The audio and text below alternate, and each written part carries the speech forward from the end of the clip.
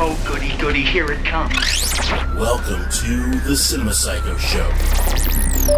You are interested in the unknown, the mysterious, the unexplainable. That is why you are here. Oh my God, don't stop now! With your hosts, Brian, John, and Elaine. Welcome to the Cinema Psycho Show, the madhouse for film freaks and film fans of all types. I'm your host, Brian Coddington, joined by my fellow co-hosts and filmmakers, John and Elaine Woolscroft. Feeling groovy. Greetings. And this is actually episode 13. We missed one last week. And Sorry, everybody. We had an interview lined up, and unfortunately, the person we were going to interview had a death in the family, and that kind of sucks. So Definitely. we postponed it. But we're back, and we've got a hell of a show for you.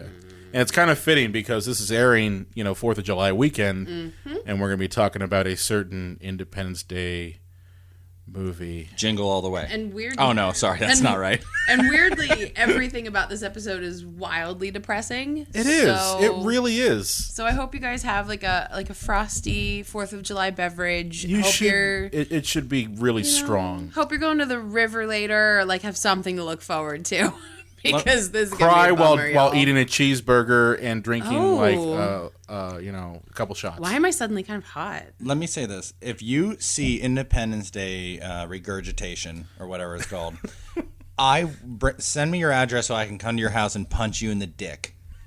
Or the lady dick, or the phantom dick. I will slap chop your slap muff. What the actual fuck, dude? Just like the end of Jay and Silent Bob Strike Back, I will come to each one of your houses because if you subject yourself to this torture like we did, we're doing this for you guys. This you will not get my is your sympathy. warning. So, all right. So we're getting a little hot and heavy. We should tone it down. Talk a little bit about a more serious story that broke, in the entertainment world. We wanted to talk about the death of Anton Yelchin. Really sad story. Really sad. 27-year-old actor known mostly for the Star Trek franchise as Chekhov. He passed away in a very avoidable accident with his. He was driving a Jeep. And he was pinned against his pillar that's, for the part of the front gate of his house when he was getting the mail. Now, my understanding of the vehicles is it's not a traditional gear shift where you move the gear shift physically to the different slots. It's electronic, so in order to be in park, you have to hit the gear shift 3 times. It's really easy to not do it, and there's actually been a lot of talks of, safety. Seriously? Safety issues. I didn't know that. I knew that it was a gear shift problem, but it's a gear shift that you don't see, like you can't move it, but electronically you can see what happens. And what happens oftentimes is if you don't hit it enough times, I guess it's not a real clear indicator, and you can easily put the car in neutral. And that's what we think happened. That's what investigators had termed, being the cause of the accident. This is now the center of a class action lawsuit against the company, and now it was Jeep, right? Fiat Chrysler, okay. Which I guess had a part of making the Jeeps and everything, and it was an electronic issue. And what really pisses me off about this story? It's avoidable. Oh no, I mean just that the fix is so easy. All they had to do was release some software that would upgrade everything and make it clearer. And they sent out letters and stuff to users, but now they said to everybody, look, you have to go get a service appointment. You have to get this new software download, and that's where they're at now. But before they had a letter saying like, oh yeah, put your parking brake on. This shit has to happen. Like someone high profile has to die because of negligence on the part of an auto company. And that's a great point. Yeah. For now to suddenly be, oh well, now you guys all have to do it. Well, it just seems ridiculous because what happened in the spring, they had sent out some letters saying like, hey guys, put on your emergency brakes, make sure you're doing this right. So it was sort of like, oh, we're solving the problem, guys. We got this. No problem. And then now this happens and like, oh shit, we're solving it right now. Like you had the capabilities to solve it the whole time. Why did it take someone to die for this to go? Because all kinds of safety commissioners have been wondering why this is taking so long anyway, especially when it's such an easy fix. It's a software download, for Christ's sake. I had a situation, and it's kind of on topic, but it's kind of diverting. But I had a situation with my old car. Okay, you guys knew my old car, the piece of shit Caliber. Okay. Hey, that thing Suck it, survived a flood. No, not that one. That was the Stratus. The Stratus kind of survived the flood. R.I.P. Stratus. But Suck after it, Stratus. Unless you people want to send me a free car, then you make the greatest automobile on the planet. Send me a free car. well, I don't think you'd want either things. There's a reason why. No. There's a reason why I drive a Honda now, and it's primarily because I had a Dodge. I've had Dodges pretty much since I started driving, and the last car I had, the Caliber, it had water issues. Okay, and it was a manufacturer issue. It was Chrysler Dodge had put in poor wells in the body structure, so that anytime it rained, and this was conveniently, this would occur after 3 years after the warranty expires, that you would suddenly have water in the footwells, and to fix it requires pulling off all the body parts and doing the welds over. But the issue, and this is kind of similar to what happened with in Anton Yelchin's case. It wasn't a full recall, because recalls cost money. Oh, yeah. For the auto manufacturer. I had an extended warranty put on basically the support structure for the engine. Okay? The support structure for the engine. You know what the support structure for the engine is? It's honestly a big honking piece of metal. That's it. But because of the fact that Chrysler and Dodge were negligent in building the Caliber, they put in inferior steel for this structure that honestly holds up the engine. And if it were to fail, like let's say you hit a pothole, which, it's not like there aren't potholes all over the roads of Pennsylvania, or if you're going on the highway and it collapses, the whole engine block falls down. Oh, dear. And you're dead. There's no surviving that, okay? So Dodge put out, and they sent me a letter, and that's how I found out. But it's very easily that letter could have been lost in the mail. I never had any type of electronic, communication. Nothing like that. Nothing that was immediate. Yeah. Telling me, hey, just want you to know, you could die from this. And to make a long story short, I went and went to a Dodge dealership. I'm not going to name who it is. And they were terrible. They took a month to get the part, a big honking piece of metal. They gave me the runaround. They told me, it's going to take, it's going to take about 10 days for us to get the part in. And it ended up taking them, actually, it took a month to get the whole thing done. But they actually got the part in when they said they did, but they didn't want to tell me that it had come in. On top of that, their mechanic, after I went in and said, hey, because they had to verify that I had this issue. Okay, they couldn't just say, you've got the piece of paper, let's just go do it. They had to verify I had holes in my support structure. Oh, for God's sake. Okay, so once they did that and they verified, it's got holes in it, it could collapse. I then asked them, I said, can I drive it in the meantime? Their response was, well, yeah, you can. I mean, it survived, 6 years driving, so what's another 10 days? That's negligent right there. Like, where the fuck are you, Ralph Nader? No, but seriously. I mean, seriously. Get on this shit. Had I driven that car, I didn't. Right. Okay, but had I driven that car, and in that 10 days, which ended up turning out to almost be a month, had the support structure collapse, I could have died.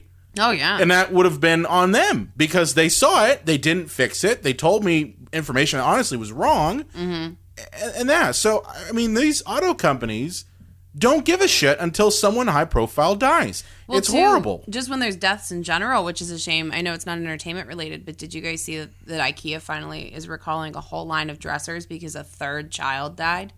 Oh, really? It took 3 dead kids for them to recall. I don't think children should be building those dressers in the first place. He has to inject a little bit of humor into He it. tries. No, it's because they can climb them, and then they fall on them. They don't have that little piece of... No, I guess not. They're are they really that light? I guess I they think are. They're so. IKEA. Well, it's IKEA. Yeah, I think I mean- so.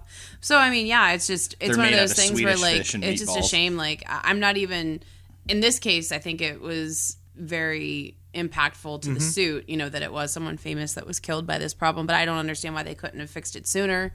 It's just a shame because Anton Yelchin was extremely talented. He was only 27. I don't know if we mentioned that, but he was really young, Really had young. like a really great career ahead of him, and He a bummer, He was actually, him and David Tennant were the only good parts about Fright Night, the remake. Oh, yeah, he was in that too. You know? Yeah. He played a really good Charlie Brewster. I mean, he's not the original, but I mean, Yeah. I thought he was really good. I liked him as Chekhov. Yeah. Yeah, I thought he was funny. You know, He was good, but just like a bummer story. But I felt like it warranted a little bit of discussion, just because like it's just shitty that Fiat Chrysler couldn't do anything else until that happened. Well, it's a shame that Mr. Yelchin will never have anything to use his ID for ever again. Speaking of ID for, we saw Independence Day Resurgence. God damn it! You are the transition king. I think you need to make a T-shirt that says "Transition King." # transition goals. Ah, there we go. See, that's for the kids. That's for the kids, them youngins. Yeah, on the exactly. Twitters. So I'm not Where sure. Where do you start with this? Well, I'm going to start with being mad at you because you wanted to do this for the show. I saw the movie under duress, and so I'm mad at you. It is the goddamn holiday. You just don't love America. I love America plenty. I did not love this movie. So, all right. So we're going to spoil the fuck out of it, guys. Yeah, Here's your usual warning. Well, don't that's- see it. That's the truth. Yeah, Just seriously, though, don't see it. That's your spoiler I never right there. try to advocate piracy, but please, if you're going to subject yourself to this, do not spend money on it. Nope. I'm not going to say where you can get these movies at, but if you know the back alleys of the internet, you can find a copy somewhere. But I'm just saying, if you really have to go watch this movie, like let's say you're on a date or something and the person you're with is wanting to go see it, Number one, don't date that person. Yes, dump them immediately. Bye. 2, if you absolutely have to, find a copy on the internet, because do not give them money, because if you give them money, they're going to make more and more of this shit. Which is their full intention, as from the end of that movie. We'll get there. Oh God. Where do we even fucking begin? Well, I'd like to do a little background. Yes, please give us a background on this. You make me watch the first Independence Day movie every 4th of July. I love that first Independence Day movie. I mean, Okay. I'm not a big fan of the first one Independence Day anyway. Is a stupid movie. It's hilariously bad, and I watch it for irony reasons, but the first Independence Day is stupid, but it's stupid cornball, empty Roland Emmerich fun. In a way, all of his other movies are just painful. But it's a slow burn. That's the thing. That's the difference between Independence Day and this movie. Yeah, this is that movie it is takes 40 minutes before you see anything happen in it. And in that 40 minutes, you get character development. You've got, an explanation of the plot. And this had none of that. This movie is like you walked into the third act of a movie and you missed the first and second act. Yeah. The whole movie is a third act. It's Split into about 3 or 4 mini third acts. Yeah, it's just confusing the structure of it. Now, before we get too much into the storytelling, I just kind of wanted to report on the hard numbers. So we're heading. Where are we at on money now? Well, we're heading into the holiday weekend, and that's where experts say it's going to make most of its money, other than the international box office. So, like Fortune magazine is saying that where this is really going to recoup its losses is going to be internationally. But the domestic opening weekend was only $41.6 million. It cost $165 to make. Exactly. So and its first weekend wasn't great, only but they $120 million to go. They do think it's gonna, to make up itself this weekend domestically a little bit, but they think it's gonna make most of its money overseas. I think they're wrong. I don't think it's gonna make that much money here, but they may be right about the international market. I don't know. Well, I mean, here's my stance on that. Okay, if they honestly were going to do that, if that was the goal, why release it a week prior? I don't think it was the goal. I think it just is like they did it in advance of the holiday. It's just a matter of most films. The structure is the first weekend. That's where you make a bulk of your box office revenue. Mm-hmm. Okay, international, yes, picks up for most of it, but there usually is a drop off between the first weekend and the second weekend. Okay. Now, my guess, about 30 to 40%, mainly because I went and saw this. I don't know how packed your theater was. When I saw this on Monday night, okay, there was practically no one there. That's interesting. Now, we saw it on bargain night. And this was a bargain night. That's the key thing, too. When we first sat down, there weren't that many people there. But I swear to God, like 20 people were fucking late to the movie by like 20 minutes. Don't you think? Yeah, and then using their flashlights on their phone to try to like find seats. One person was FaceTiming in my theater. Oh my God. Why didn't the aliens just kill the human race? I hate everyone. I mean, I've never experienced... I mean, as I said, I went on a late showing. I went at 9 o'clock. Oh wow! God, I had to teach class, so that happened. But I mean, what I saw was that there was practically no. A lot of people were going to see now. You See Me Too. Really? Yeah. I was actually kind of surprised because there were a couple people behind me. They're like, "Oh, well, Now You See Me Too." I'm like, "What the fuck?" Okay. And that's kind of sad when they rather pick Jesse Eisenberg over this. It's true. So. That's like saying, hey, you know what? I'll take the strychnine over the acid. I guess. But, I mean, it was weird because everybody came back from the first movie except for Will Smith, according to his, like, Suicide Squad schedule. Yeah, right. And then Roland Emmerich was just so pissy that he brutally murdered him in the movie. Murdered his character, yeah. Well, that kind of reverberated across the entire Hillard family because... Vivica A. Fox lasted, about 5 minutes? And that was so dumb. She was just there to die. She went from stripper to doctor. And, like... Which I'm not saying is impossible. No, it was 20 years, but it did seem odd. But, like... She was never... It didn't seem like, I'm just stripping to get through nursing school. Right. I'm a professional stripper. Not, one day, you know what? Screw this, my hips are kind of going. I can't ride the pole anymore. I'm going to go into the world of advanced medicine. Well, I mean, and too, like, I have no problem with a stripper being a doctor or a stripper becoming a doctor. But it just seemed like an odd choice. Well, the logic seems strange to me anyway, because if you think about it, the first attack, how many years would it have taken to rebuild? It's not like she could have just rolled right into the college situation. I'm pretty sure most colleges were gone by that time. You know what I mean? Like, and I'm not saying that, she couldn't have possibly been educated, because she could have been, but she couldn't have gone to, like, medical school or done any of the normal stuff that you would do unless maybe she just decided to, do kind of medical things in the meantime, like in the interim when they were still rebuilding society. Because, I mean, it's 20 years later, and it does seem like they figured shit out. Like, it seems like everything's pretty restructured in this new version of the world. But, it's funny you should say that, because that's exactly how the movie opens up. It's like, it looks like the kind of movie you get in the Magic Kingdom in Disney World in their, like, future area. Like, in the future, we'll have flying ships and there will be no wars. Yeah, seriously. I mean, that's kind of how they explain it. So, I mean, there's no wars, by the way. There has not been a war in 20 years, and the world supposedly lived in peace. But the first time we see Jeff Goldblum, he is going to meet a militaristic dictator. Who spent 10 years battling aliens that apparently landed on Yeah, and he's worried that they're going to be violent towards him, yet we live in a world of no war. So, I mean, that's like an immediate contradiction that I don't understand. That's a first world thing, okay? Now, they never said that we've gotten rid of income inequality or gotten rid of the disparity between first world, second world, and third world. Okay? So there's still genocide. Just but no war. Just no war. Okay. Oh, we need to mention that the whole movie looks like it was done on a Sci-Fi Channel budget. I've already said that. You told that to me. I told that to you, but I didn't say that on the air. I personally, this movie feels like it was made by the Asylum. The Asylum, if you don't know, are the main production company that create a lot of the sci-fi rip-offs of popular movies. Like Transmorphers is one. To confuse your grandma when she goes out to buy you. Yes. Oh, little Billy loved the Transmorphers. The effects were, honestly, they were called in. Well, They're phoned in the whole time. Along with other things. I mean, I think it's clear where they spent their money. They spent the money on the effects, on the ships, on the aliens. Well, I didn't necessarily have a problem with that. It was just when we were in scenes like where the new president of the United States is in front of a crowd and it's so clearly green screened and it looks like fucking garbage. Like, that's where we had the problem for me. Or when they're in that bunker and the light didn't look right. Like, really? You couldn't have just gone out to the fucking desert real quick? Everything about this movie was phoned in. It was so cheap. Like, and just...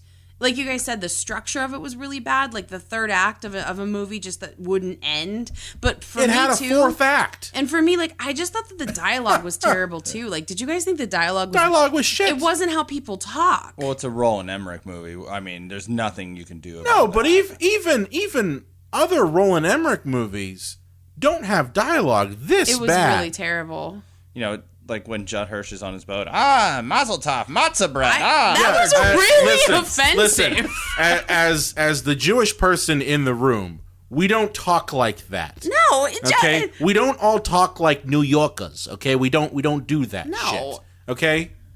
And, Well, and I it's love a- Judd Hirsch, but and I oh do too. man, like all these like buzzwords, like don't be a putz, like Don't be a putz. Like, are you fucking serious? Yeah, Like, none of come us say on. that, by the way. So annoying. Apparently, Roland Emmerich hasn't seen the first Independence Day movie that he made. No, he apparently didn't. At the end of that movie, President Perfect, played by Bill Pullman, is just like, fuck yeah, we kill those aliens. I've never been better. I'm the greatest hero this country's ever seen. But And apparently he turns into a crazy yeah, person. apparently in 20 years, he goes fucking crazy. And I guess that was just like for plot convenience. It's because the aliens got in his head. But did they touch him in the first movie?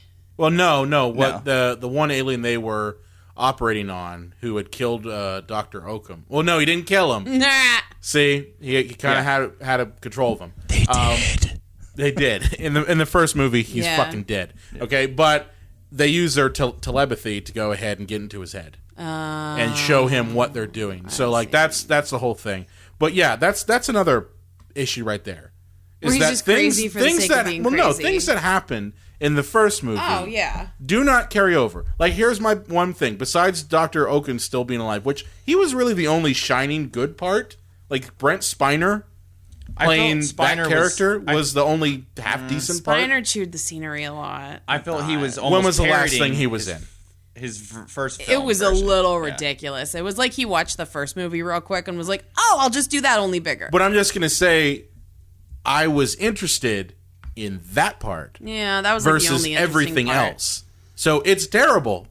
But when the bar is this low, honestly, any blip true. is kind of what you pay attention to. It's true. But my big issue is that where was the statue to Russell Case? The hero, pretty much. Well, that's because Like Randy Randy Quaid's a Quaid? crazy person, No, but I'm so just they don't want saying- to bring him up. No, but his character destroyed the alien ship, okay? Yeah, Yep. more than Will Smith, more than Jeff Goldblum, more He than President sacrificed Perfect. himself Yeah. inside the fucking alien thing. If he okay? hadn't done that, we're all dead. We're all dead. Okay? That's just the way it works. Okay, where's the statue? In the words of the people of my generation, up yours. Yeah. Well, too, I just there was a lot of stuff that didn't add up, and it's even in its own right if you don't take the first film into account. Like, I don't understand how so President Whitmore from the first movie, Yeah. the Bill Pullman character, his daughter Patricia Whitmore from, the little girl from the first movie. Number one, Mae Whitman did not play her in this movie, No. and that pissed me off because I love Mae Whitman. She needs to be in every movie ever. Micah she Monroe fucking played kicks the- ass, and nothing against Micah. I'm not quite sure how you say it. Not against her. I mean, she was like fine, but I love Mae Whitman, and Yeah. she should have been in it. That would have been badass. Whatever. But anyway, how does a daughter of a former president, how does she split her time between intergalactic space battling and speech writing for the president in the White House? Like, what the And taking care of her and dad. Her dad. Well, I'm not even saying from a time split standpoint. I'm just saying you would need so much education on both of those two fields of study. How can you be a speechwriter on one hand, but then like a fucking badass fighter pilot on the other? Like, I'm not saying that people can't be more than one thing, but that's like a big jump career-wise. It really is. Dad, I'm part of the Earth Space Defense Initiative. Can you please wipe your own ass? You know?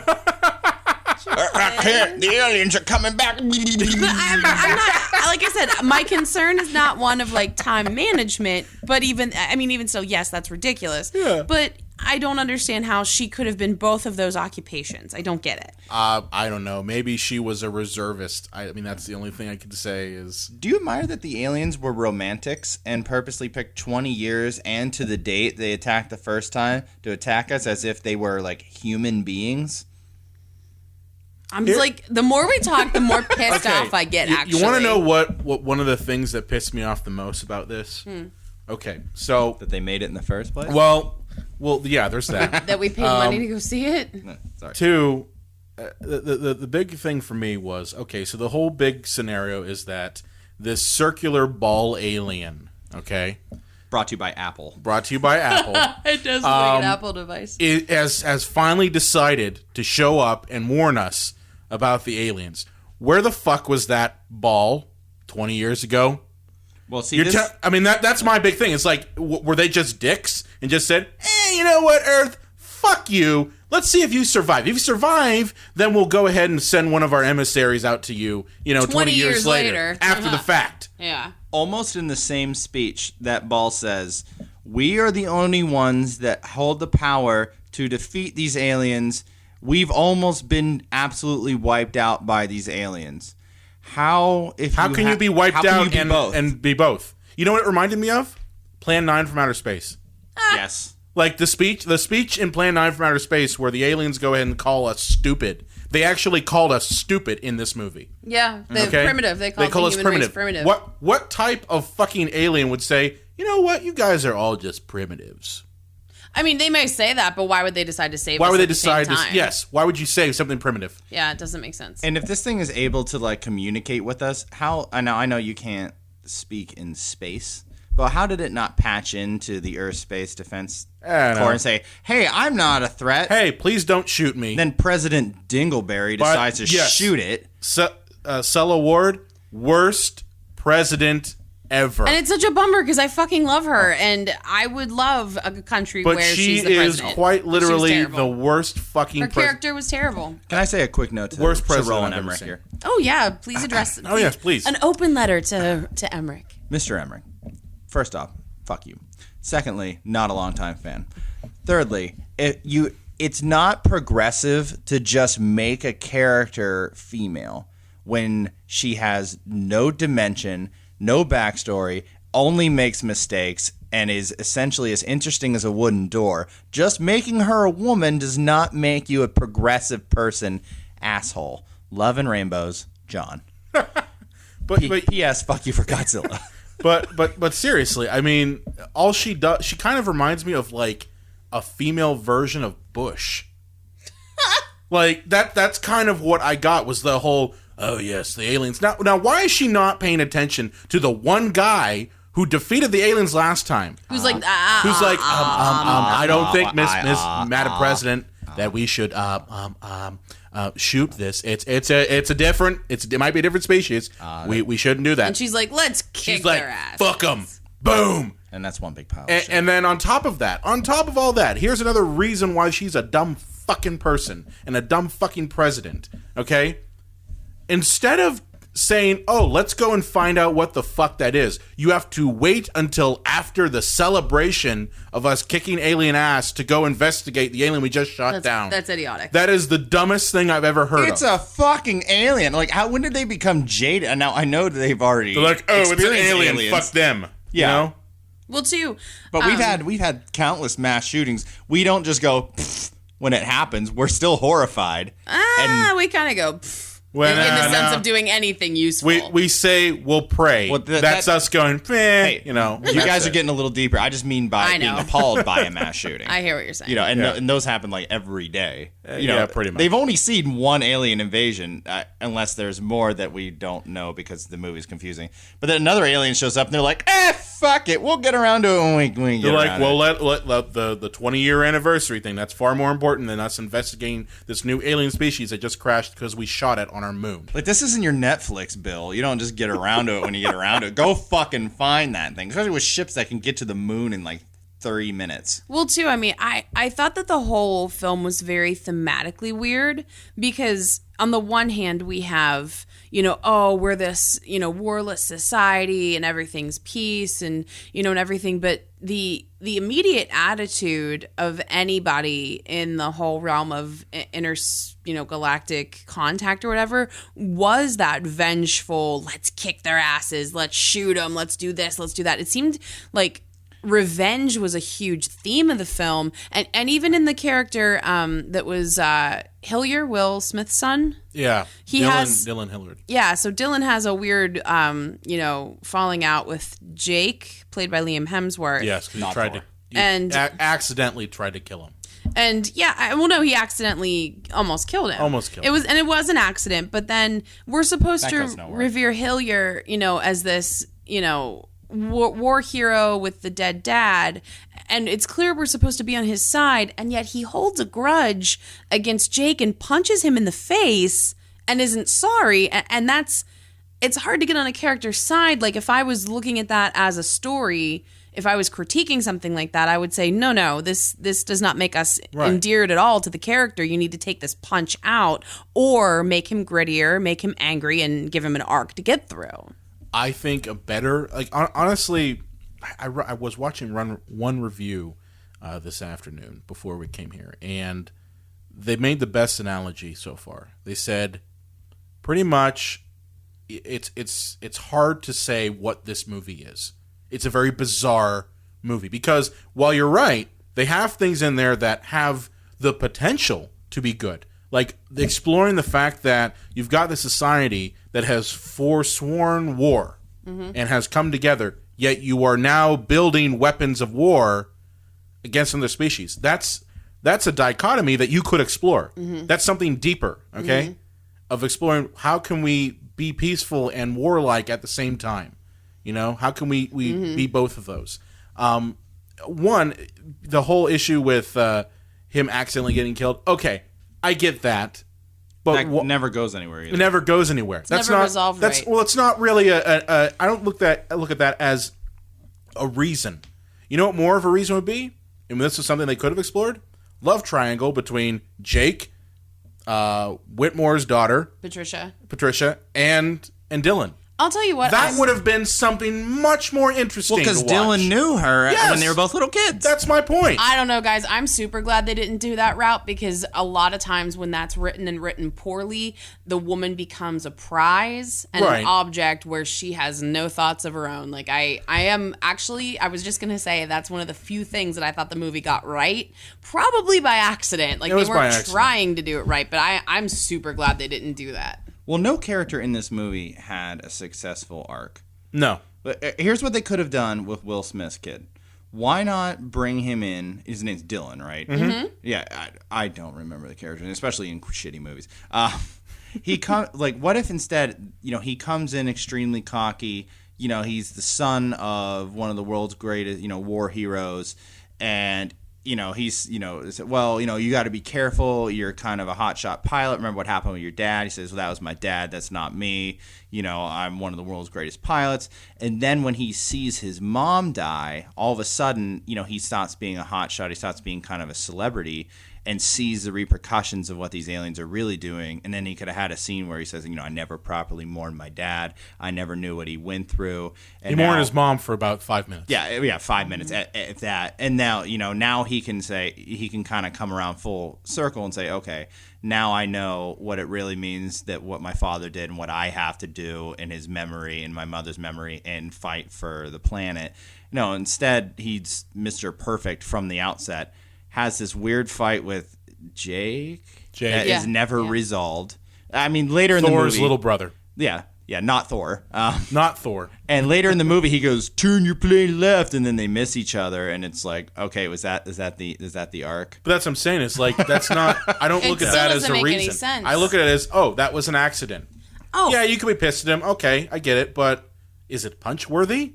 No. It was an accident. I mean, maybe he was being a bit of a hotshot, but he never wanted anything terrible to happen to him. No. Now, maybe if they, like you guys said, if there was a love triangle, if they had been rivals, maybe then, Dylan could have decided to take it more personally, even if it's not what was meant, you know? But still, as the script stood, there was no reason for him to be so pissed off or, again, like I said, not so for the vengeful. Whole fucking movie, And wasn't that a delightful coincidence that he just happened to be flying past the hospital where his mom was dying in that moment? And he purposely stop. went there, but I don't understand why he couldn't have just grabbed her. Swooped in. Yeah, I didn't get that either. Yeah. His dad would have. Those ships swooped in pretty. His dad would have. Boom. That's what I call close encounter. Even if he would have had some she couldn't have gotten afterwards. into the craft with him, even if it was a one-person, aircraft. She could have jumped on the wing. Yeah, I mean, that'd have been better than anything than falling to her crushing death. She's in the movie for 4 minutes, and they have a side plot where she saves a pregnant woman for no reason. That never goes anywhere, and then she dies. The review I watched said that maybe the kid that she saved is supposed to be like the savior of the world in the third one or some shit like that. Oh, fucking below me. But, I mean, even if you took this at face value... It's screenwriting 101. You just don't do that. Even if you took this at face value as, like, a summer popcorn flick, whatever, the movie still had so many problems. Like, I thought that the main space battle before El Hemi and his cohorts go into the alien spaceship... El Hemi, is that what we're calling him? Well, his brother's known call as him C. not Hemi. Thor. Not Thor. Non-dreamy Hemsworth and his cohorts. No, I'd fuck Oh no. Chris is way dreamier. But right before he's fucking God of Thunder, of course. I mean, I'd like to see his God of Thunder. But Hey-o. but before they get into the spaceship, He's got a hammer for you. are you done? Maybe. We'll see. We'll see. But the space fight that takes place between, the good guys and then the aliens, Yeah. did you guys find it visually confusing? I couldn't tell who the fuck was who, but when they had their own ships, you know what I mean? Like, I know that they I found myself command... not caring. Well, here's my issue, too, okay? We've become so accustomed to the Independence Day fighter, okay? We know that shape. We know what that looks like.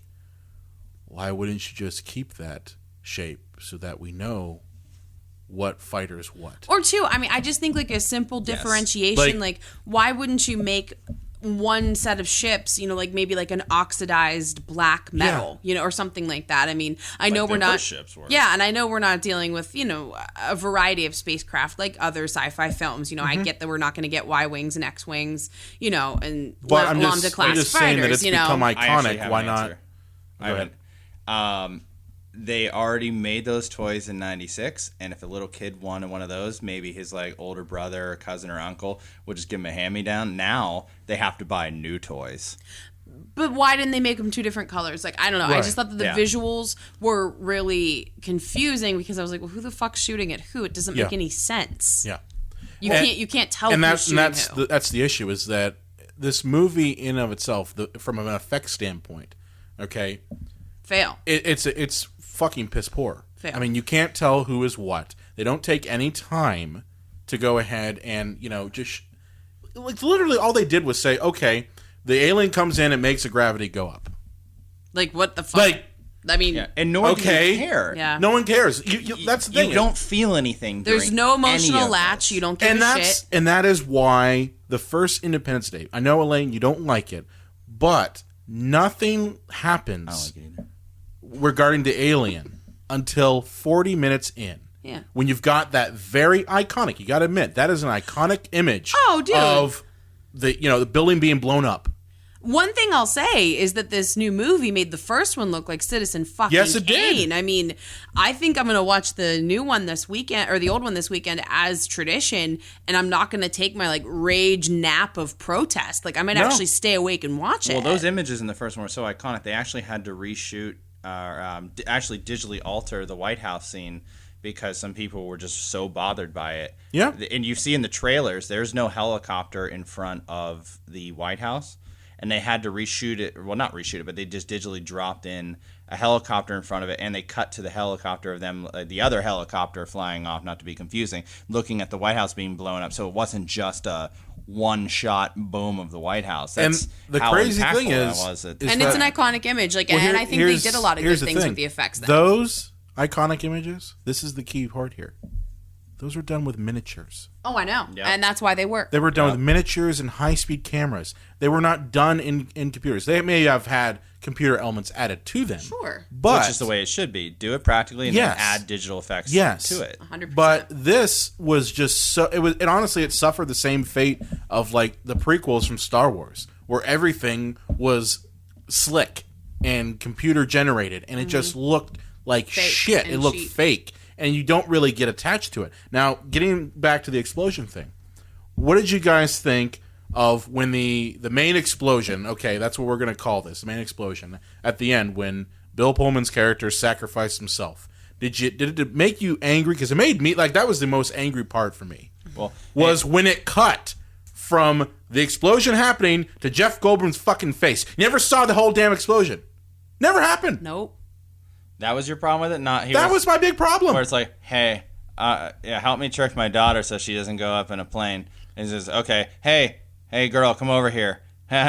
Tricked you. Your dad went into the plane. He's like, oh, crap. And then she flies up there, and he's like, hey, didn't I tell you not to be in a fighter jet next to me? And she's like, yeah, I totally didn't listen to you. And he went, that's awesome. It's actually not a bad recap. That's not a bad recap. But no, my problem is that Roland Emmerich is known for these disaster movies that have these iconic images, okay? Yeah. Whether you want to say how bad their movies are, they usually have some pretty iconic images. Day After Tomorrow has that really cool sequence where the ice is going all over the buildings. Okay? Those stick with me. 2012 has the iconic shot of John Cusack's soul leaving his body. Yes. When he realized what he was doing. But my point is that you're in a Roland Emmerich movie, the one thing you should be expecting is an explosion to happen with like the key explosion. Oh, that's a recorder. The one thing you should be expecting is the explosion to happen. Yeah. And you don't have that when it should happen. It's kind of like promising this and then not delivering.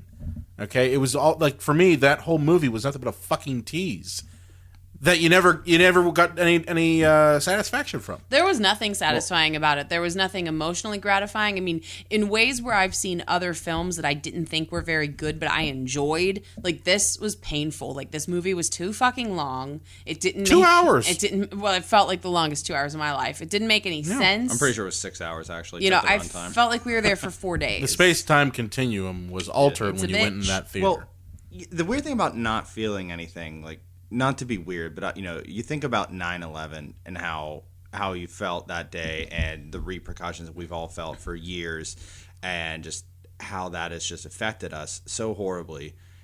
And the aliens pick up China and drop it on England. Yes, they essentially destroy two countries, and nobody really seems to care. Nobody seems to notice in the movie. I don't really care. I'm feeling nothing. And it cuts to, you pee your pants? Yeah, you. Me too. No, you're absolutely correct. Millions upon millions of people have just died, and we go to a pee joke.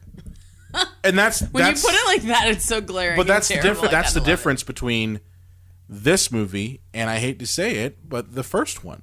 The first one, they took their time. Every single time that the aliens attacked a city, you felt that those people were suffering. Mm-hmm. Okay? There was a lot more emotional impact. Was a lot more emotional impact. Even the president's wife dying. One of the most, for me at least, the most impactful moment in the whole movie is when Bill Pullman is with his wife and they're in the hospital, and Meg Whitman is there, and she comes out and says, is mommy gone? Yeah. That's a very impactful moment. And I gives felt you a like, sense of the human, tragedy in a major catastrophe. And I felt like they took a number of different characters and found the way in which they all converged in the first one. Mm-hmm. In the second one, it just feels like we're bouncing from person to person to person.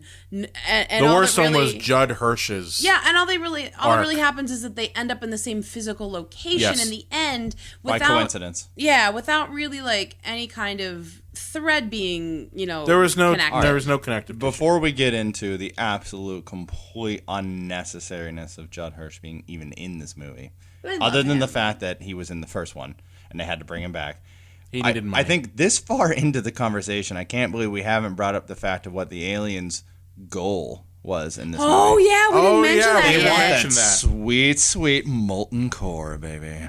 They want to get to our they want to suck up the core of our planet. And suck our core out. Drill, baby, drill. And that's somehow how they fuel themselves. Yet they didn't do it at all in the first film. Okay, can I just may I? Can I finish? Can I finish, Larry? Sorry, bro. No, you go. I'm asking if I can interrupt you. Yes, please go ahead. In the first movie. Now, they never explicitly say it because they do. It's a bad movie.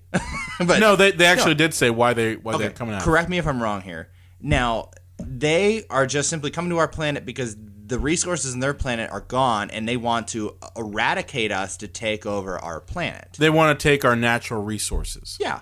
That's what they want. Essentially, they might just start sending little alien babies to school, and they want to mine our planet. That's what they want to do. Yeah, them and they move on. Just drilling into our core, that was kind of like, and they're like, oh, this is what they've always wanted to do. It was? What? What? What? What? We've got other resources that aren't drillable. Timber, water, Private parts. Oh, you can drill those. You can drill those. Didn't want any of those.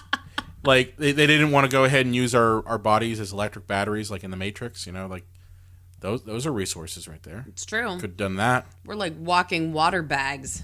Batteries. Happy Meals Water with batteries. legs. Water bags. But yeah, that's another example of this movie not making any fucking sense. Mm-hmm.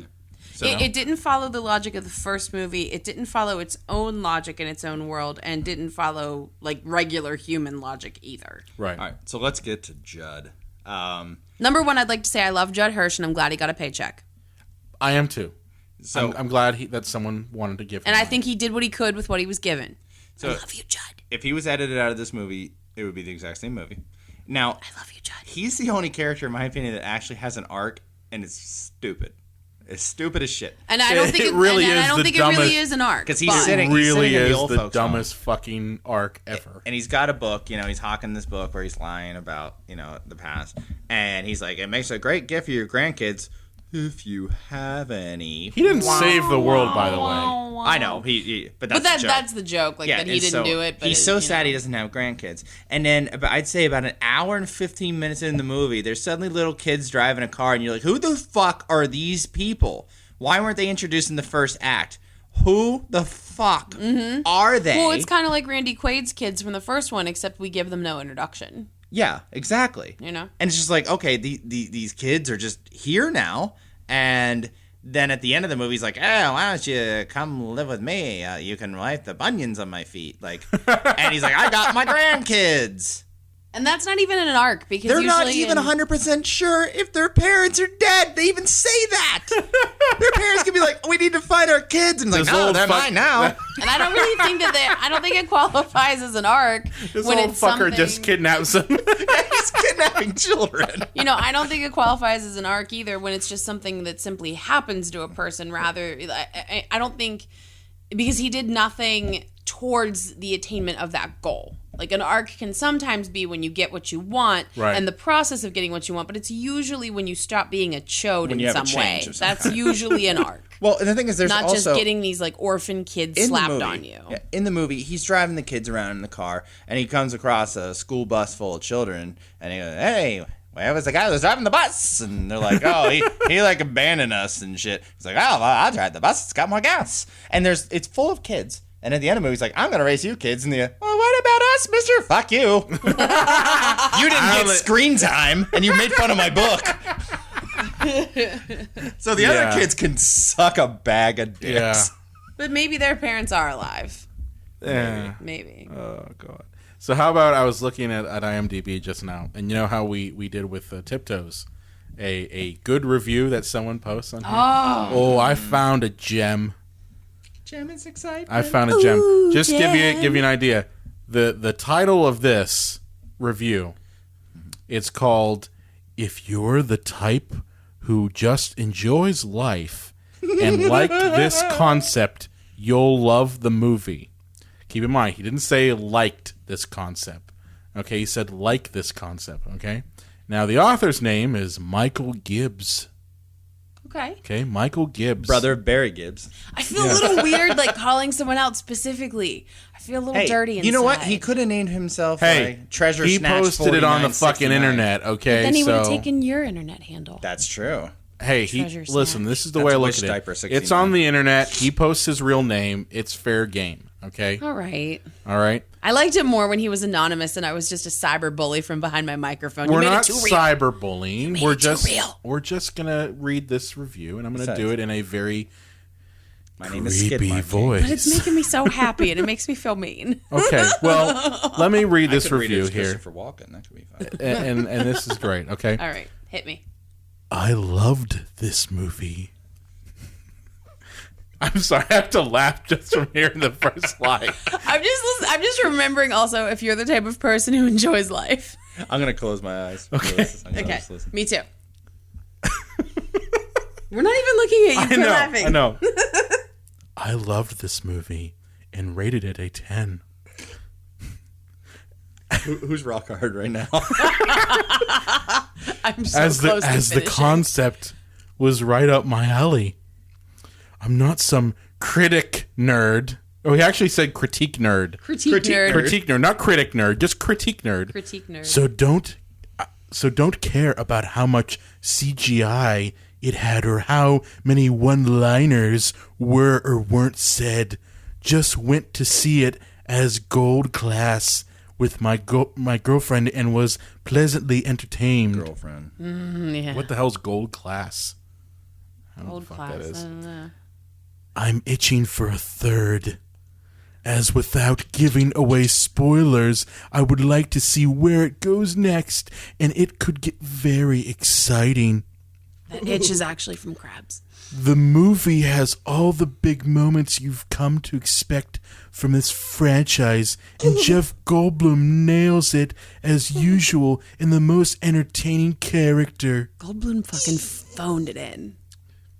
There is a lot of cool tech on display, and I remarked to my GF in the theater at one point My cat. how impressed I was by the creativity of the film crew in coming up with so much cool-looking alien tech. I do love it how he, in the same sense as saying GF, he spelled theater with an R-E. So he's a twat. I no Yes. longer feel bad. Okay. Continues. Yeah, I tell. In summary, FUA colon Okay. like the concept, same concept as the first film.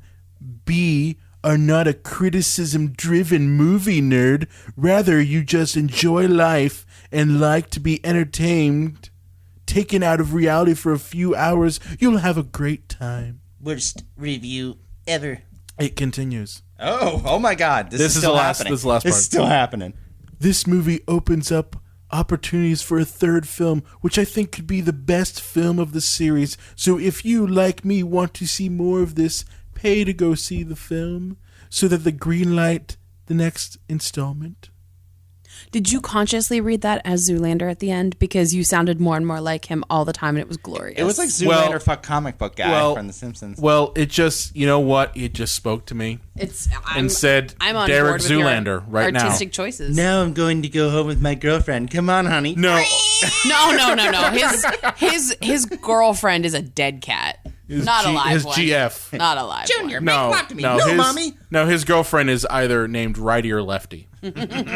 Okay. callous but He yeah. still cut a hole in the popcorn. Oh. What's his name again? Michael Gibbs. Fuck you, Mike.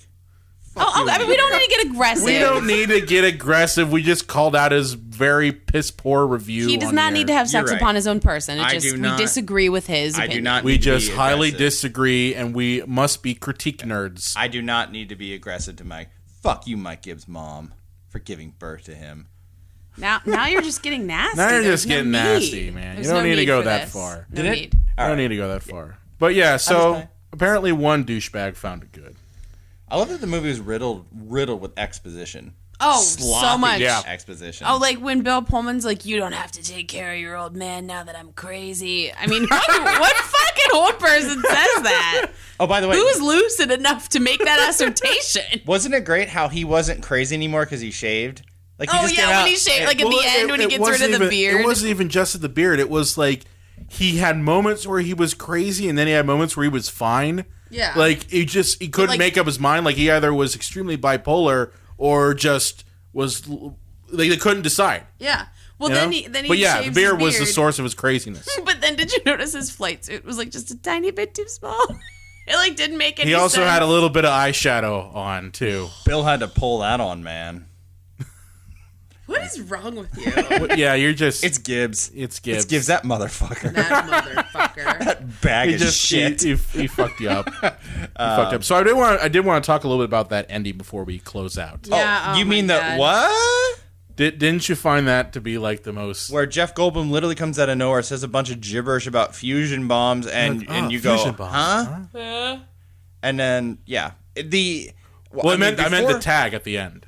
Oh, That's what well, I meant. We'll get there. Oh, okay. Before we even get to the Queen, alien.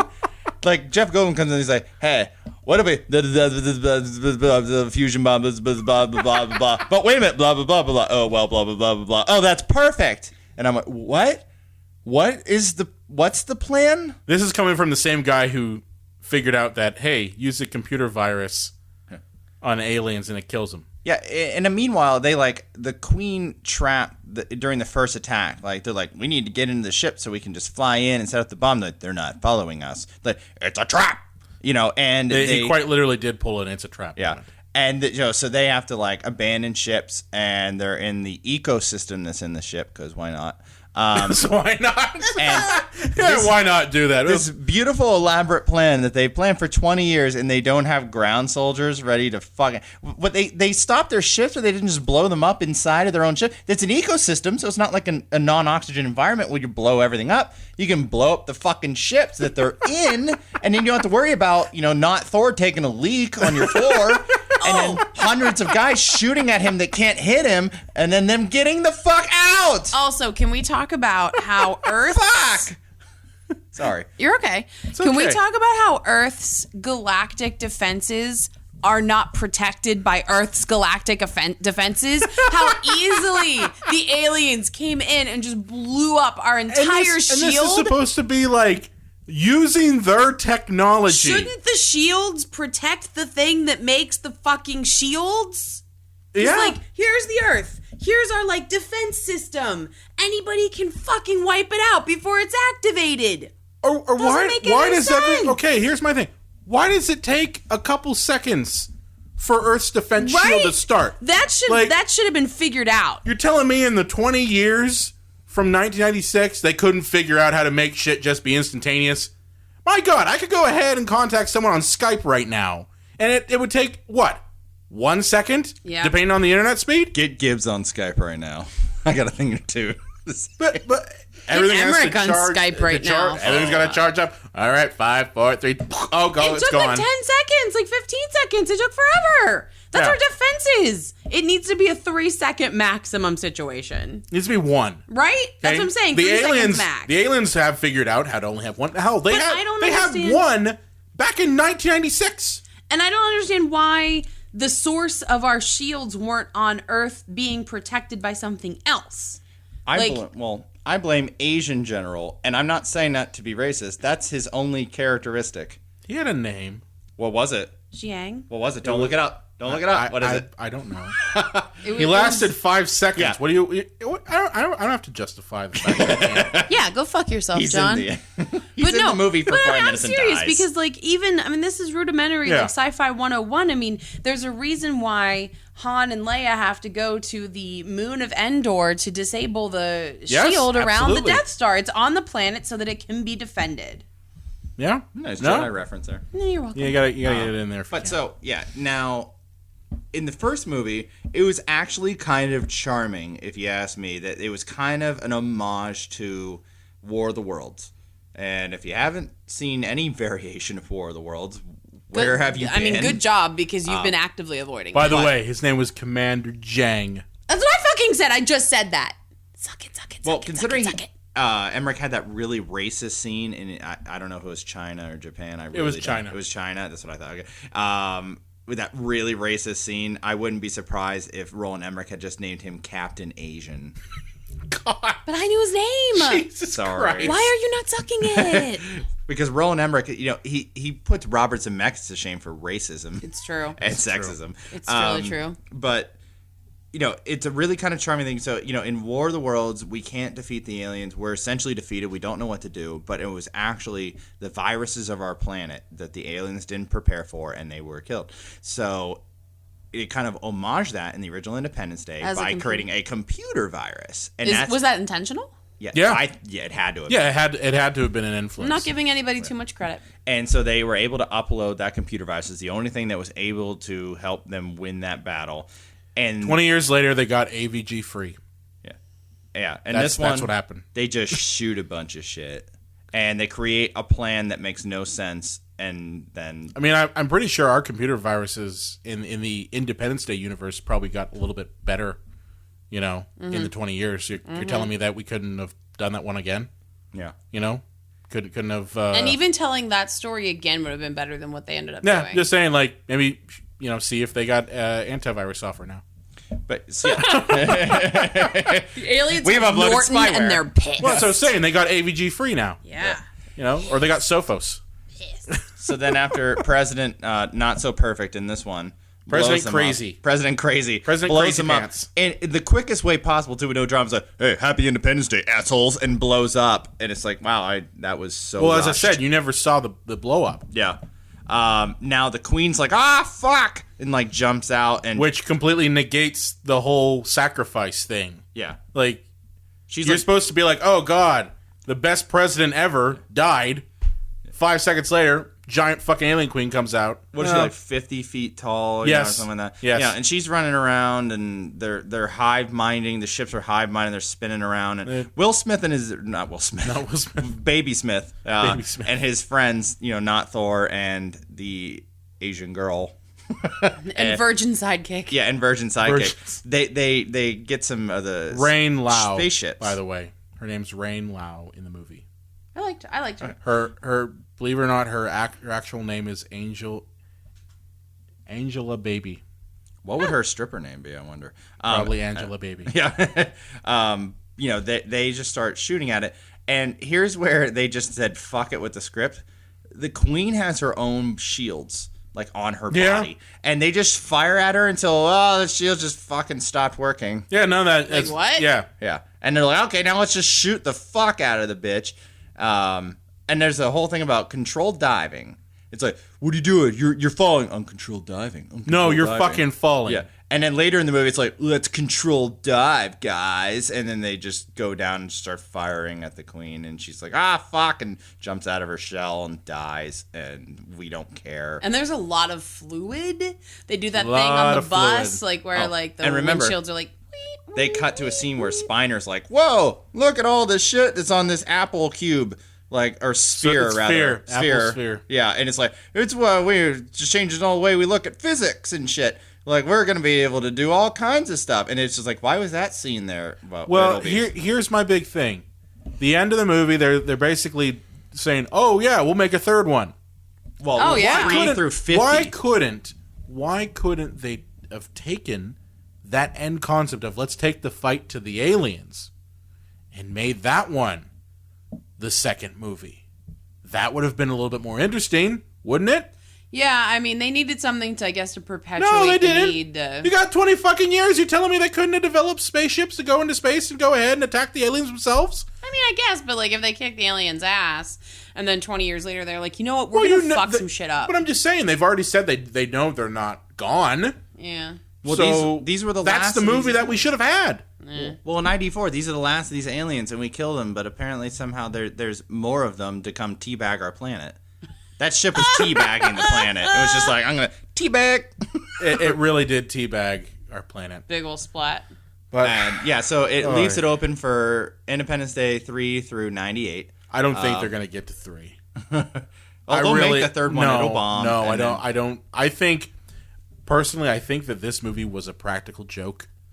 I think that Roland Emmerich was tired of people for the past 20 years asking him to make a fucking Independence Day sequel, and that his response was, I'm going to make the worst fucking movie of all fucking time and give them their sequel so they can stop asking me for a third one. Well, you know what's interesting So too? he can make Day After Tomorrow too.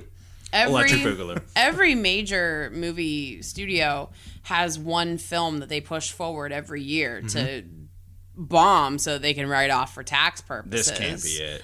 I don't think... $165 million to make to write off for tax purposes? That's... I'm saying that this isn't it, That's but I'm not not it. saying that Hollywood doesn't purposely make shitty movies. I'm just saying that, like, this one wasn't it. I'm just saying, Paul Fox right Blart Mall now... Cop 3 would be that one. Yeah, but I'm just right. saying, like, Fox right now has 2 really underperforming movies this summer. You know, X-Men did not perform to expectations.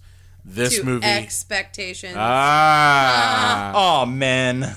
And this one, of course, did not anywhere near perform as well as it should have. So yeah. After nearly 1 billion people have died, let's end the movie with, let's go kick some alien ass. It's like, you know that this is the greatest genocide the planet has ever seen, right? and you're quipping about going and kicking some butt. I'm telling you, it was a very vengeful movie. I think that George Bush himself might have written this one. That's only if George Bush could read or write. It would have sadly been better. I think you might have gotten the same type of script. So I think we're going to end it here because honestly, I'm tired. I'm tired. Don't see Independence Day. Do not listen to what's his fucking face. Michael Gibbs. Yeah, fuck that guy. He's a piece of hot garbage. I'm just kidding, Mike. If you see Roland Emmerich, if you're a waiter or spit in his food, jizz in his food. No. Spill hot coffee all over him. Yeah, one of the three. Okay, just pick one. Or the hat trick, if you will. Yes, beat him senseless with a copy of, and just be like, "This is for Independence Day Resurgence, you motherfucker," and that's it. Okay, beat him senseless with your copy of Stargate. I like Stargate though. Okay? All right. Anyway, please be sure to like us on Facebook, Twitter at Psycho Show. You can also you can also find us on Instagram at Cinema Psycho Show. If you have a favorite movie that you'd love for us to go ahead and review, or a question you want to pose to us, you can contact us at cinemapsychoshow@gmail.com, or find us at our website at cinemapsychoshow.com. And be sure to subscribe to catch our next episode, available every Friday. And just like Justin Timberlake, we stopped appropriating black culture. Good night. Good night. Courage.